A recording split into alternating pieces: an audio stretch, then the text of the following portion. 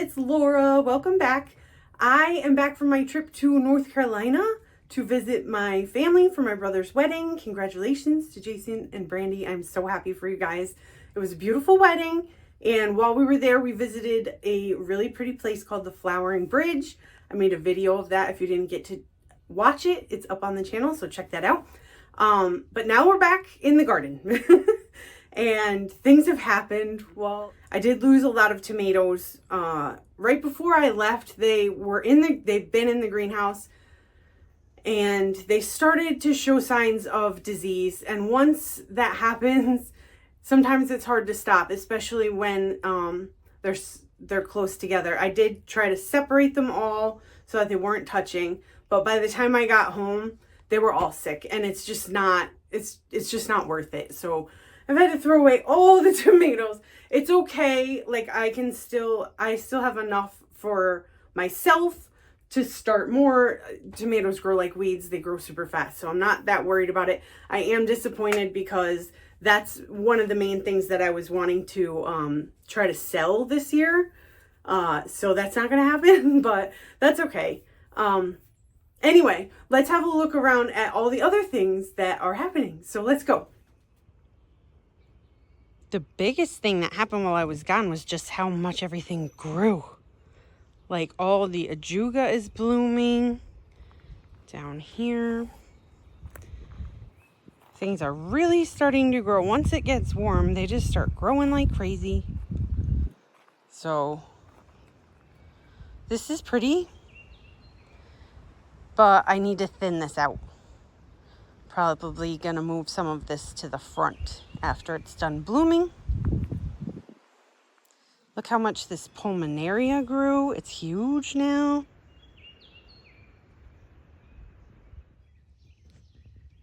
So this is exciting. The purple tulips are blooming. I have black ones in here as well, but they are later tulips, so they bloom a little bit later. But I've got some blooming over here, and you can see actually back here, the alliums have bloom heads on them too. So I'm not sure when they'll bloom, but I can't wait to see them. I've never had alliums before, so I'm excited. Let me show you some of the other purple tulips that are blooming. So these ones are blooming also. I know this pot is insane. I really have to get it straightened out before like the main summer season. I'm probably gonna pull just everything out of it and redo it after these tulips are done. Over here, these bachelor buttons are putting on some bloom heads. You can see, hang on. I don't know if you can see, these are black bachelor's buttons. I cannot wait for them to bloom. I could cut them back and let them branch out more, but the groundhog has already done that for me on a lot of them. And I kind of like to switch it up, so have some taller than the others. So you can see, I'll show you where she bit some of them off. Like this one here, she give them the old Chelsea chop. She does that for me. Thank you so much. So she did come in the backyard while I was gone. So that's, you know, whatever. She's not so bad. I did want to talk about her a little bit in this video because I think they get a really bad rap, and they're just not that bad. Like, one of her favorite things to eat, actually two of her favorite things to eat, are dandelions and wild violets. So basically she weeds, you know? She goes around, she weeds. So here's another example. I showed you guys a couple weeks ago that she had eaten these bachelor's buttons right after I planted them. She had eaten them like right down to the nubs. But look, they grow back. So you don't have to give up on things. I was pretty discouraged when she did that, but I left them and they've grown back, and now she's not bothering them. They tend to like younger plants. But now that there's so many dandelions and clover and violets, she has a lot to eat in the yard, so she's not bothering the plants as much. And the last time I'm going to talk about her for now, but she did the same thing over here. Like a couple weeks ago when I first put them in, she bit these bachelor's buttons down to the ground. And now they're growing back nicely and they're branching out because she gave them the Chelsea chop.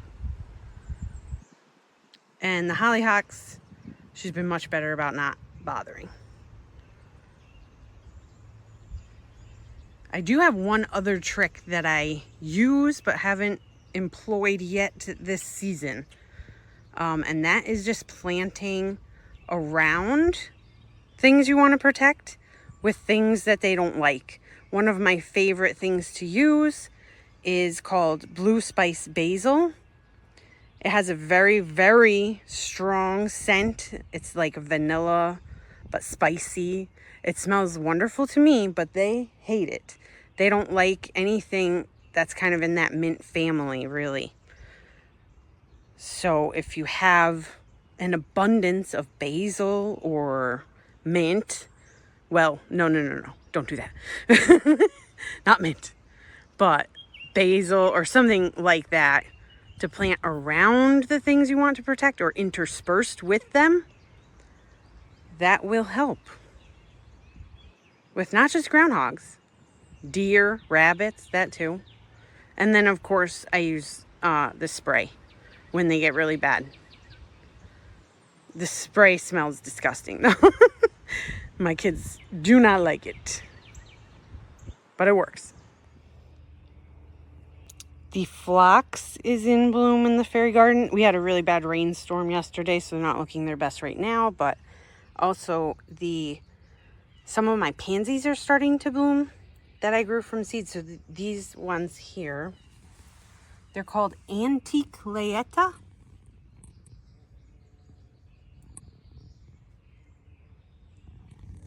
There's a couple more over here.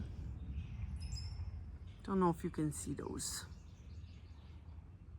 They have a really pretty color. Here's one. Here's a good one. Antique is for sure. They're like an antique-y rose color. They're beautiful. I really like these. And then some of my black ones are starting to bloom too. Let's go have a look at those. So here we go. I have two different kinds of black ones. So I believe these are the black bowls, or the bowls black. There's another one over here.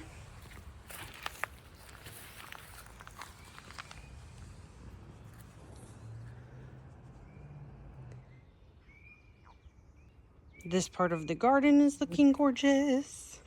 Still, this Jacob's ladder is enormous and beautiful, and it smells beautiful.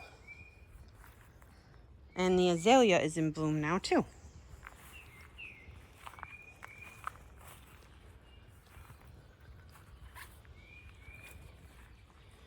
I really like the shape of this plant. I just like the way it's kind of like cascading.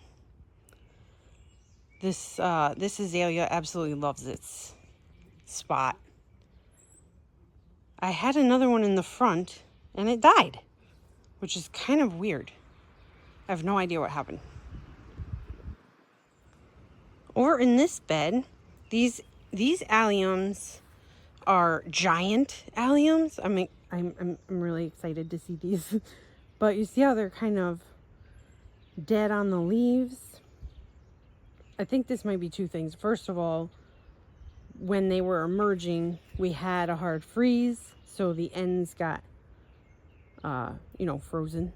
But also, I did read that when they start to put on their bloom stalks, that they're really taking all the energy to do that. And so they're not putting much into the foliage, the leaves. So that's why they can get like this. I'm not too worried about it. I was thinking about cutting the leaves, just like cutting the dead part off. Does anybody do that? Is that normal? Let me know in the comments. I do have some gladiolas coming up. That's what these things are. I'm really happy about that. These are supposed to be like super dark red. And let's talk about gladiolas for a second, because I have some in the front that I planted 3 years ago. I got them from the Dollar Tree. I know I've mentioned this in many of my videos, but I just have to keep telling you because it's crazy. They're supposed to only be good to zone 8. We are in zone 6. And they have come back for me every year. So, and they're emerging right now, actually. So it's very awesome. I love gladiolas. They're one of my favorite because I used to work at the Macaroni Grill for a very, very long time. That's where me and my husband used to work, and a lot of his family and my brother. So it has a lot of sentimental meaning, the Macaroni Grill. And the Macaroni Grill is just not around anymore. So I plant gladiolas to remind me of that time. This elderberry is growing like crazy, and it put off a baby for me this year. That's happy. This thing has only been in the ground for 2 years. They grow kind of crazy fast, and they do put off babies a lot. But I like them. So I'm not sure where I'm going to put this one yet. I'm going to let it grow a little bit more before I move it somewhere else, probably in the front. So let's talk about some of the stuff that's coming up. I have projects that I need to finish because we're getting close to when things need to be planted. So I really have to finish my pumpkin tunnel. I need more cattle panels to do that. They raised the price on those. They used to be $25. Now they're $33. So that's annoying, but okay. I need probably 3 or 4 more to finish this project and get the pumpkins planted. And then out in this yard here, I'm going to be working on a pumpkin patch for the bigger pumpkins. So I need a bunch of straw, but that's a big project. We don't need to get into all that right now. And then what else? There's not that much else to do. I got to finish the catio that I'm working on now that I'm back. I just need a couple of things for that. It's a pretty easy project. But I guess that's about it for let me show you. I have some things planted in the raised bed. It's just mostly, it was cool stuff. So lettuce, broccoli rabe. The problem I have with broccoli rabe is that every single time I plant it, it like doesn't grow, and then one day it bolts. In a day. It's so annoying. It's like you have to pick it at just the perfect time. Like probably I have to pick these like today, or they'll look like this tomorrow. So I'm not good at growing that. But I love eating it. It's delicious. Broccoli rabe and broccolini, is there a difference between those two things, or are they the same thing? Let me know. Okay, so anyway, that's pretty much what's going on. I'm going to do probably a May garden tour really soon. Things are looking beautiful. So I thank you guys for joining me. I hope to see you next time. If you're new here, don't forget to subscribe. We are on a mission to 1,000 subscribers. So thank you guys again, and I will see you next time. Bye!